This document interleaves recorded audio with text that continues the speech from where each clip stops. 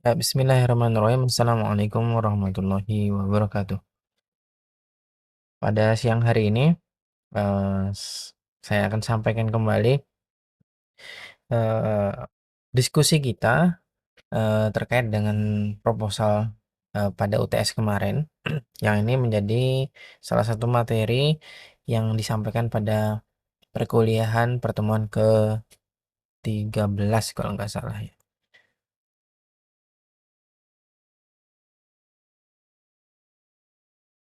Ya, betul. Pertemuan ke-13. Sekarang kita akan membahas proposal dari Agus Kurniawan yang judulnya adalah pemanfaatan Internet of Things (IoT) dalam meningkatkan kualitas pelayanan jasa servis AC.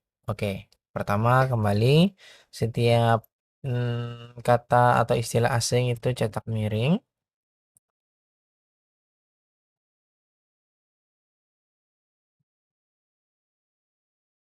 Kemudian di sini saya berikan lagi cek jenis font yang digunakan.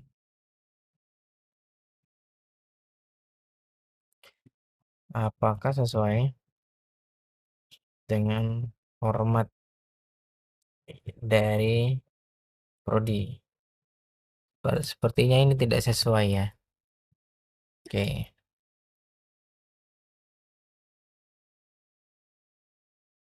selanjutnya kita baca satu persatu. Bab 1 pendahuluan, latar belakang. Perkembangan teknologi informasi yang pesat membawa pengaruh besar terhadap berbagai bidang kehidupan, termasuk sektor jasa. Salah satu teknologi yang berkembang pesat adalah Internet of Things atau IoT. Ini cetak miring. Yang memungkinkan berbagai perangkat terkoneksi dan berkomunikasi melalui jaringan internet. Dalam konteks layanan jasa service air conditioner, penerapan teknologi IoT dapat menjadi solusi untuk meningkatkan efisiensi, kecepatan layanan, dan kualitas pemeliharaan perangkat secara real time. Oke, ini miringnya. Real time juga miring. Ini nggak ada komanya di sini. Hapus tanda komanya.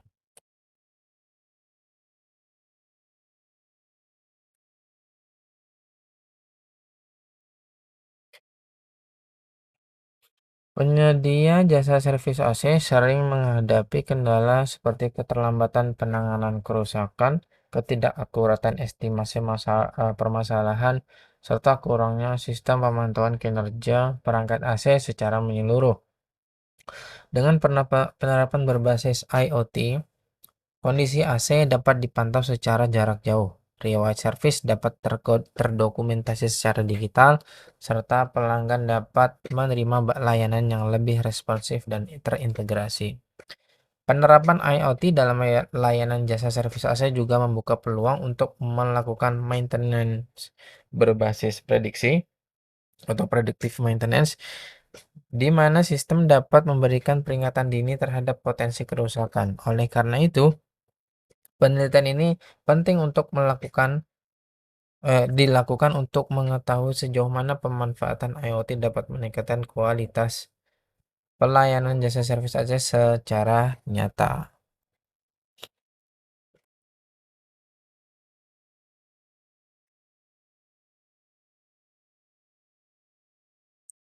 Oke, latar belakangnya sudah segini saja ya, pendek sekali. Kalau dari alur, ini tiga paragraf ini sudah memberikan apa namanya ya, masalah dan tujuan. Hanya saja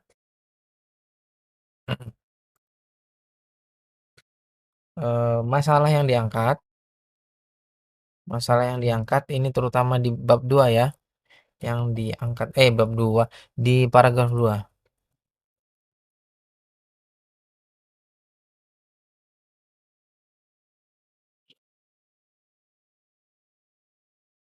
kurang ini ya, kurang mendalam. Jadi masalahnya itu kurang mendalam. Eee, latar belakang itu perlu didukung oleh, nih ya saya tandain dan besar, banyak referensi yang valid. Jadi ini, eee, hanya 6 ya saya lihat nih, hanya 6, betul nggak? Ini nggak ditampilkan juga nih, daftar pustakanya, hanya 6, jadi kurang. Jadi ibaratnya, eee, latar belakang yang dibahas itu tidak komprehensif, karena, referensi yang dipakai itu sangat minim, hanya 6. Sementara setidaknya minimal kalau skripsi itu referensi valid itu adalah minimal 15 referensi, dan kita mahasiswa diminta untuk mengambil, referensi berupa paper dari paper conference maupun paper jurnal, 5 tahun terakhir. Jadi, ini hanya sedikit sekali sehingga pembahasan dari latar belakangnya itu tidak komprehensif.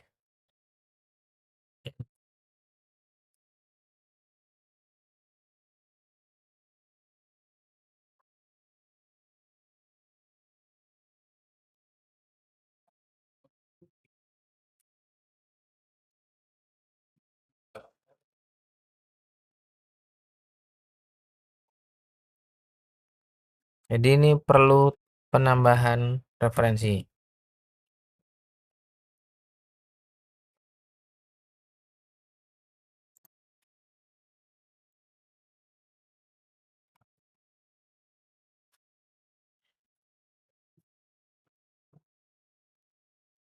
Oke, kita lanjutkan.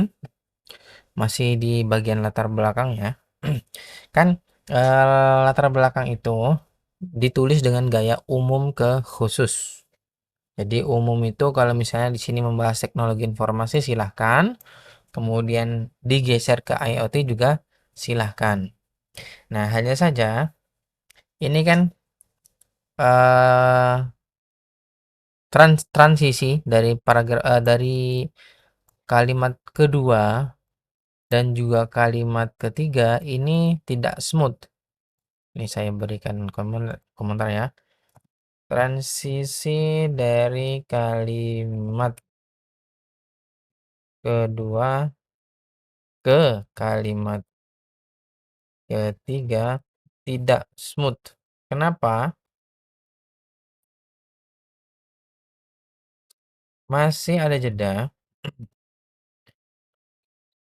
yang membuat pembaca, dalam hal ini penguji ya, penguji berarti dosen penguji,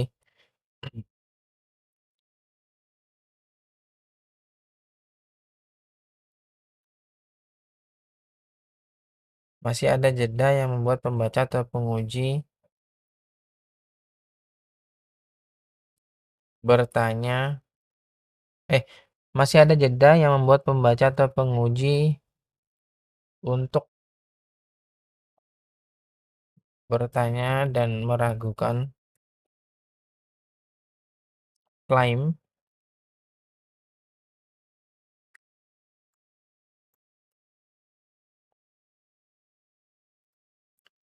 penerapan IoT ke jasa servis AC.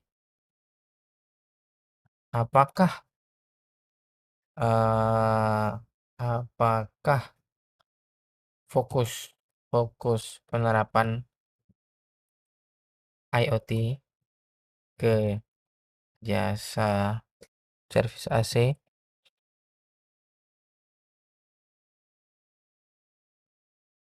cukup penting untuk diteliti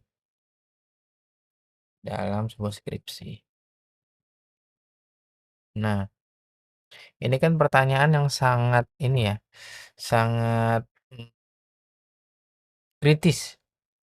Sehingga untuk menghindari pertanyaan seperti ini, mahasiswa atau kalian itu wajib untuk memberikan, argumentasi atau justifikasi yang sangat kuat yang dituangkan ke dalam, tulisan kalian di latar belakang.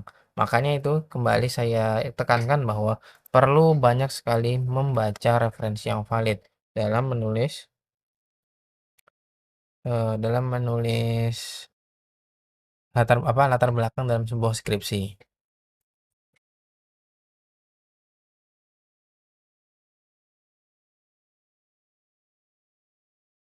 Kemudian ini lagi di paragraf kedua, jangan mengawali kalimat menggunakan kata dengan. Kenapa? Karena ini tidak sesuai dengan kaidah SPOK.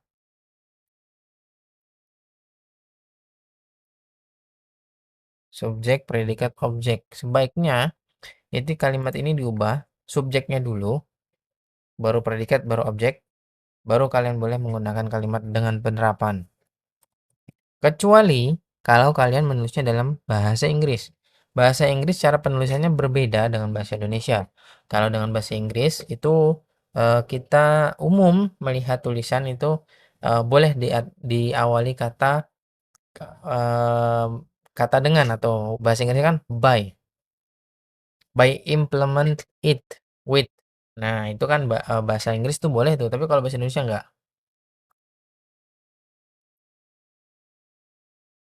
Oke, sekarang kita ke rumusan masalah.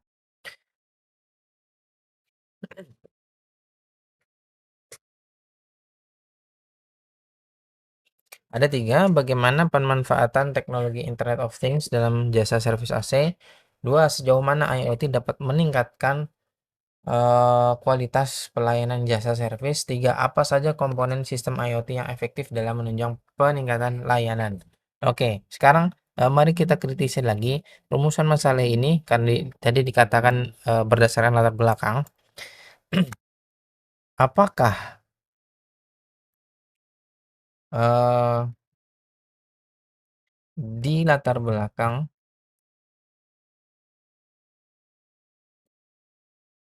sudah dibahas terkait pemanfaatan IoT di bidang di sektor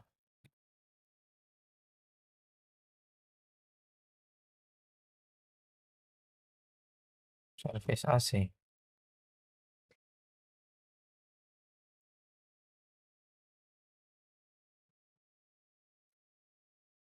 IoT yang digunakan itu apa? IoT kan banyak sekali ya. Jadi kan harusnya IoT itu dijelaskan. Oh, ternyata IoT itu meliputi beberapa beberapa aspek, mulai dari smart home, smart office, dan macam-macam yang istilahnya menggunakan device-device yang terkoneksi langsung dengan internet. Sementara di sini di latar belakang ini sama sekali tidak dijelaskan eh IoT apa yang digunakan dan bagaimana koneksinya dengan dalam tanda kutip jasanya. Jadi bagaimana menyambungkan antara konten IoT dengan eh, jasa servis AC itu seperti apa? Jadi di sini tidak dijelaskan, tidak dijelaskan hubungan antara IoT dengan jasanya itu seperti apa. Makanya, jadi di sini ya rumusan masalahnya juga yang dibuat itu seperti tidak punya landasan yang kuat. Kemudian di sini kan sejauh mana IoT dapat meningkatkan kualitas pelayanan jasa servis AC. Nah, pertanyaannya selanjutnya adalah, apakah ini, pertanyaan dari dosen ya, saya sebagai dosen penguji misalnya, apakah selama ini kualitas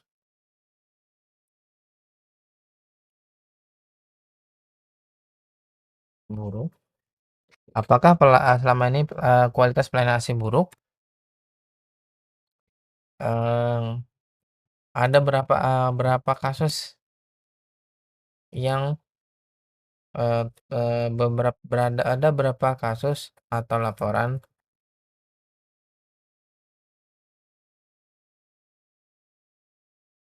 yang menunjukkan bahwa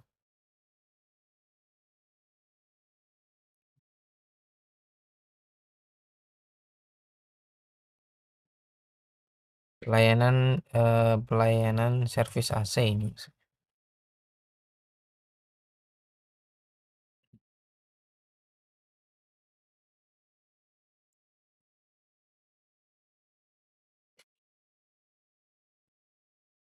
ini juga nggak dibahas. Apakah selama ini kualitas pelayanan servis AC itu buruk, kemudian apakah juga, berapa banyak kasus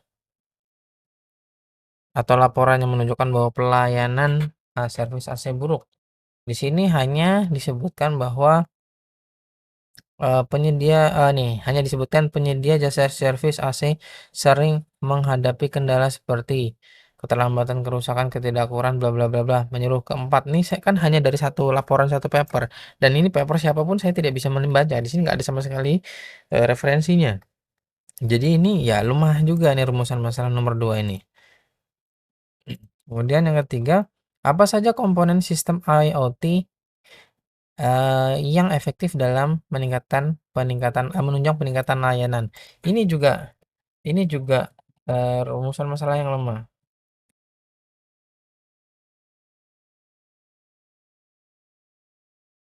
Kenapa lemah? Karena tadi seperti, rumusan masalah nomor 1 di proposal ini tidak dibahas IoT apa yang dipakai, bagaimana koneksivitas atau keterhubungan antara IoT dengan jasa layanan AC itu sendiri. Jadi konteksnya belum dapat, definisinya belum dapat. Jadi kenapa belum dijelaskan tapi ujuk-ujuk nanya apa saja komponen. Jadi ini harus diperbaiki lagi. Saya tambahkan di sini di latar belakang sama sekali tidak dibahas mengenai keterkaitan atau keterhubungan atau definisi apa itu IoT untuk jasa servis AC. Ya, jadi tidak jelas, tidak jelas. Ini adalah buah dari latar belakang yang yang disajikan secara tidak lengkap, tidak komprehensif dan tidak mendalam.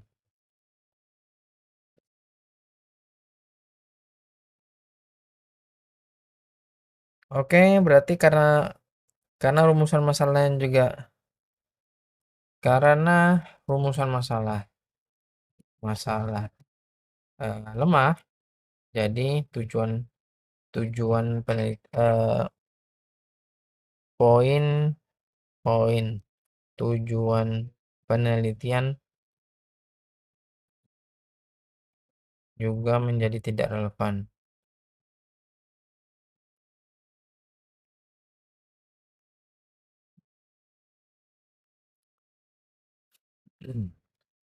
Nah, ini ada salah satu kesalahan fatal juga ya.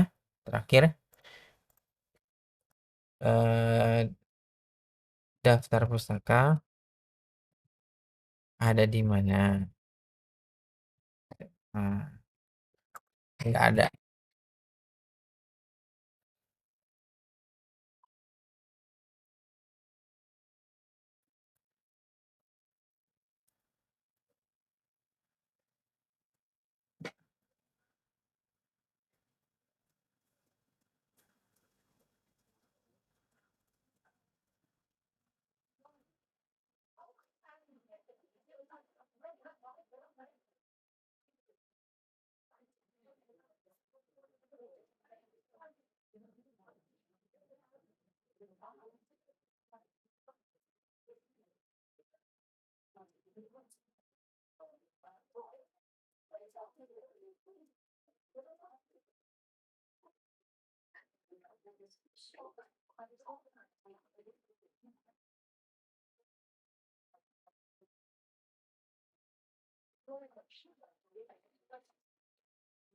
Oke, sekarang ini sudah cukup untuk pembahasan dari proposalnya Agus Kurniawan. Kita lanjutkan ke proposalnya milik Agus Suprianto. Agus Suprianto ini terkait dengan judulnya adalah optimalisasi pelayanan publik melalui implementasi chatbot pada DPM PTSP Kabupaten Seruyan. Oke, chatbotnya miring. Miring. Kemudian biasanya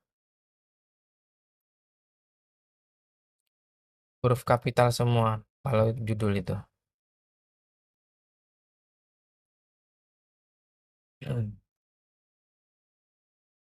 Ini untuk yang bawah ini perhatikan jenis font yang dipakai.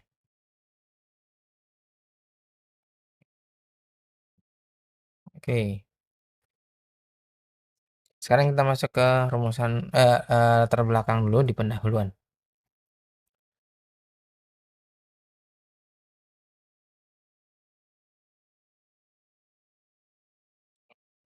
Perkembangan teknologi informasi dan komunikasi telah merevolusi pelayanan publik di berbagai.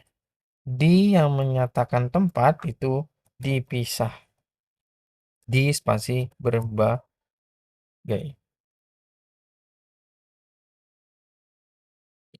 Salah satu inovasi yang menonjol adalah penggunaan chatbot, yaitu aplikasi berbasis kecerdasan buatan yang dirancang untuk berinteraksi dengan pengguna melalui teks atau suara menggunakan guna memberikan informasi dan layanan secara tepat dan efisien. Oke, yang ini juga ya. Nih, ini jangan lebih dari 3 baris.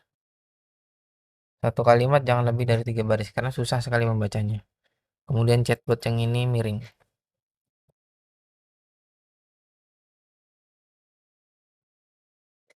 Dalam konteks pelayanan publik, chatbot telah terbukti mampu meningkatkan aksesibilitas, responsivitas, dan kemampuan pengguna terutama dalam pengurusan perizinan dan investasi. Nah, ini kalimat klaim.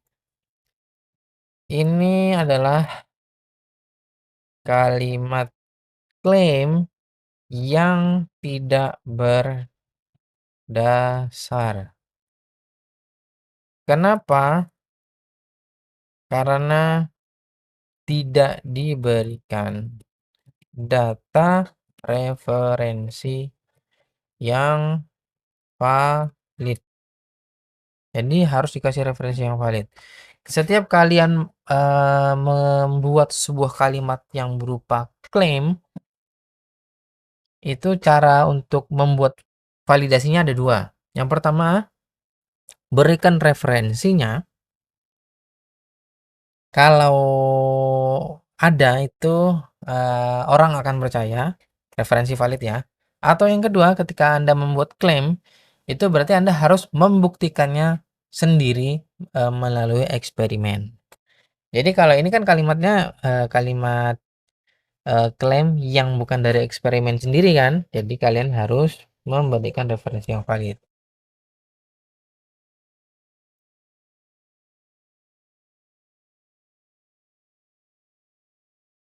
Di Indonesia, Dinas Penanaman Modal dan Pelayanan Terpadu Satu Pintu (DPM PTSP) di berbagai daerah telah mulai mengadopsi teknologi untuk mendukung pelaksanaan peraturan daerah tentang penyelenggaraan perizinan berusaha di daerah. Kabupaten Seroyan sebagai wilayah agrarik di Kalimantan Tengah berupaya meningkatkan kualitas pelayanan publik melalui inovasi teknologi di DPM PTSP, termasuk potensi implementasi layanan chatbot untuk mempermudah akses informasi dan pengurusan izin.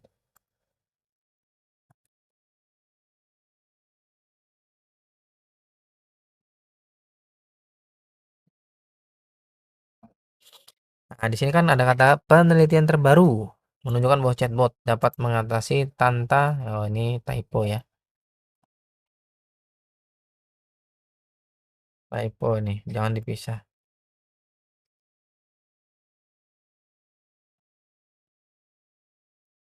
Penelitian terbaru menunjukkan bahwa chatbot dapat mengatasi tantangan. Oke, saya anggap penelitian terbaru ini kamu ambil dari nomor satu. Nomor satu itu siapa? Nah, apa ini? Ini Gender and Public Access Computing. Ini apa ini? Paper apa ini? Coba saya cari ya.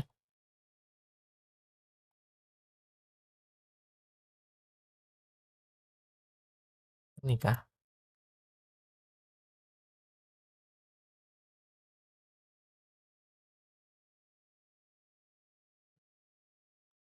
Ini berkaitan dengan chatbot kah? ICT, Information.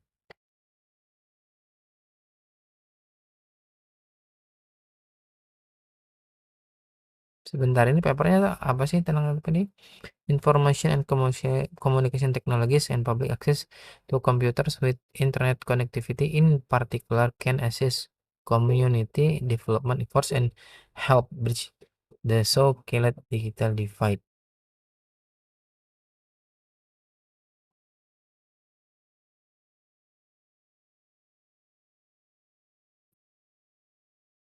Kita lihat keywordnya.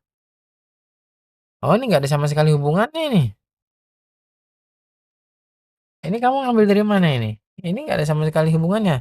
Ini berkaitan dengan eh oh, public access dan gender ya. Ini berarti kamu ngomong public access.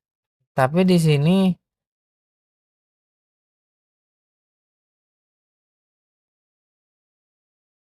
nggak ada hubungannya nih. Ini pertama ya. Yang pertama paper ini rujukan ini tidak ada hubungannya dengan chatbot.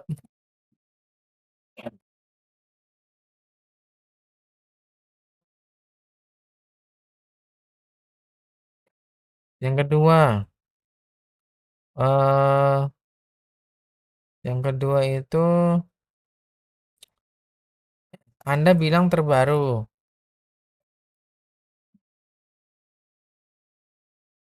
diklaim terbaru, tetapi papernya berusia sudah berusia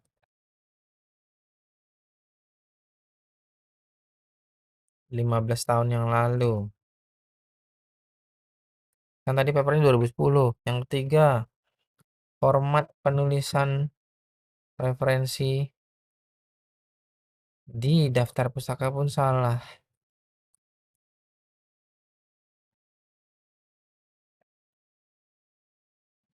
Kenapa salah? Mari kita lihat lah referensinya. Referensinya di sini disebut Terry and Gomez Gender Public Access Computing. Ini kan nih, liatin banyak typonya.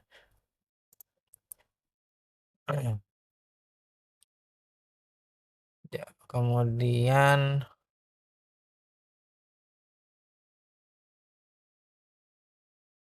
salahnya lagi adalah ya tadi ini paper ini nggak ada hubungannya dengan IoT, bukan IoT, tidak ada hubungannya dengan chatbot. Nah, terus makasih ini siapa?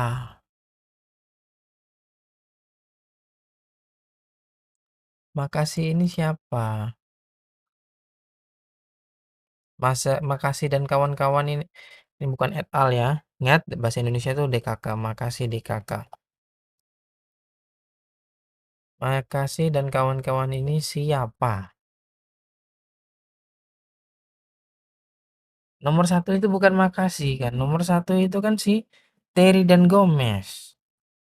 Jadi jangan sembarangan kalau mengutip itu.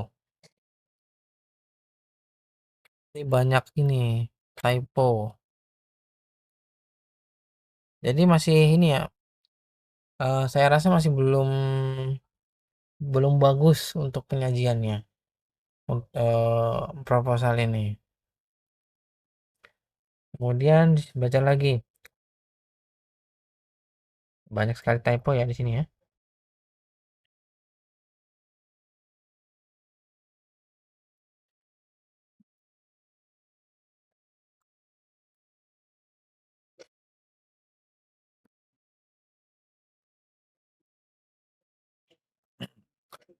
Selain itu, penelitian oleh Nur Setio dan kawan-kawan, ya ini bukan di kakak,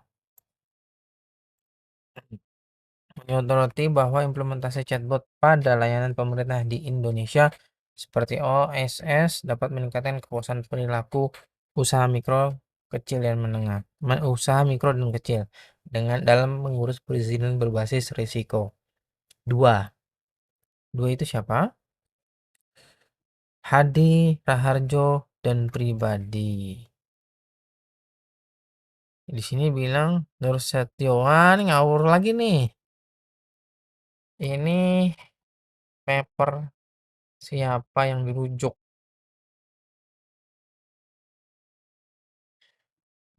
Ditulis Nur Setio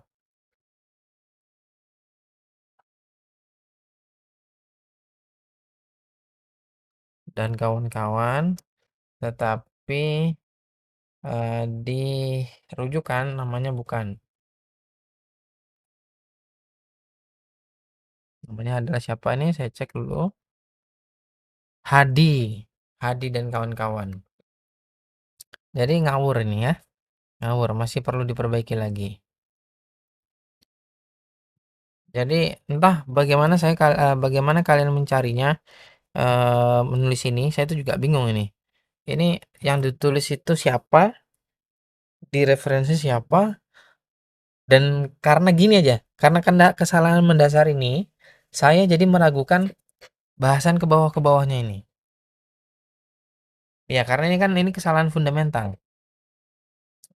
Nulisnya apa, tapi referensinya siapa. Kemudian secara umum paragraf kedua terlalu panjang. Terlalu panjang. Jadi perlu dipecah menjadi dua paragraf lah setidaknya.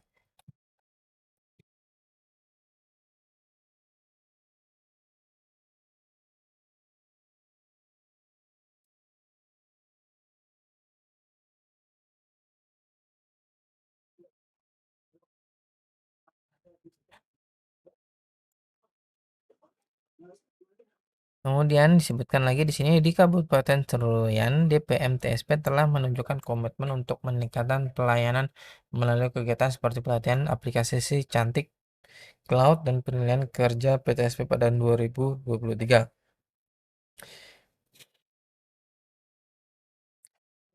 Ini kamu kan menyebutkan aplikasi si Cantik Cloud. Kalau kamu memang pegawai di daerah Seruyan, ya jelas tahu ya. Tapi untuk orang atau pembaca yang bukan di Seruyan, itu kan mereka akan bertanya-tanya, si Cantik ini apa? Nah, kalimat ini juga perlu referensi pendukung yang valid. Dalam tanda kurung, berita, referensi berupa berita, referensi berupa berita online atau cetak juga boleh yang membahas terkait dengan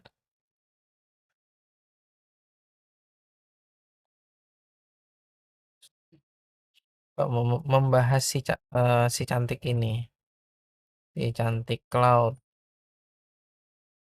Supaya tidak ada kesan bahwa Anda ini hanya berbicara sendiri. Ingat ya, naskah itu akan dibaca oleh orang lain. Jadi sebisa mungkin penulisannya harus valid, tidak menimbulkan ambiguitas. Typo.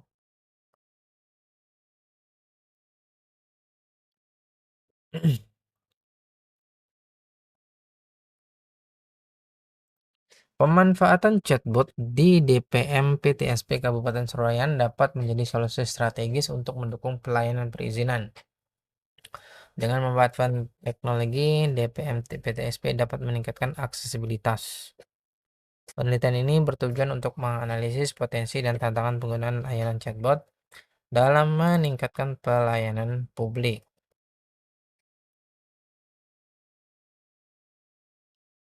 Dengan harapan, wah, ini panjang sekali kalimatnya. Satu kalimat tidak boleh lebih dari 3 baris. Karena kalau lebih dari 3 baris itu pembaca sulit untuk mendapatkan maknanya.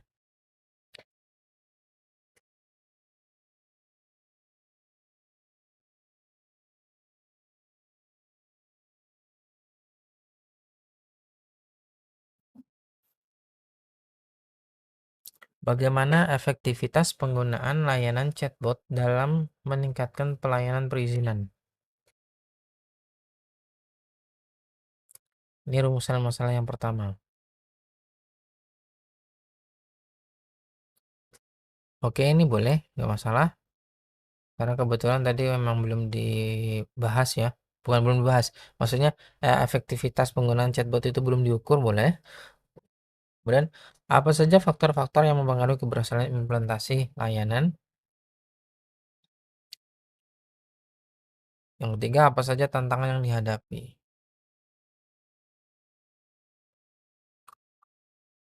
Oke, mungkin ya, ini saran saya.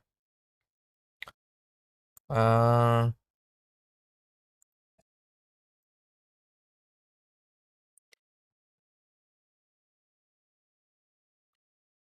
perlu elaborasi lagi, narasi yang lebih dalam pada latar belakang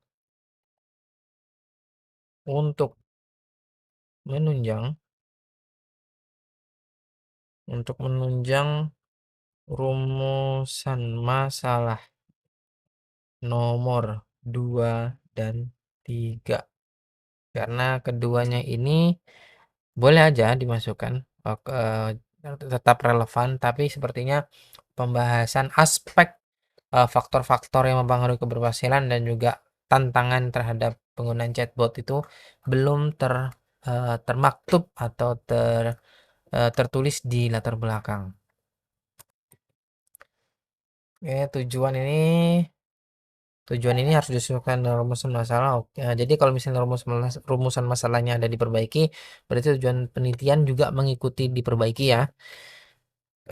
Kemudian daftar pustaka, jumlah referensi untuk proposal skripsi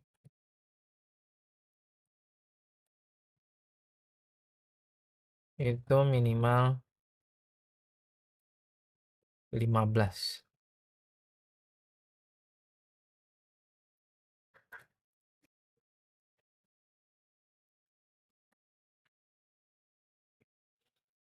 Oke, itu saja untuk pembahasan dari 2 proposal. Yang pertama proposalnya miliknya Agus Kurniawan, yang kedua adalah miliknya Agus Supriyanto.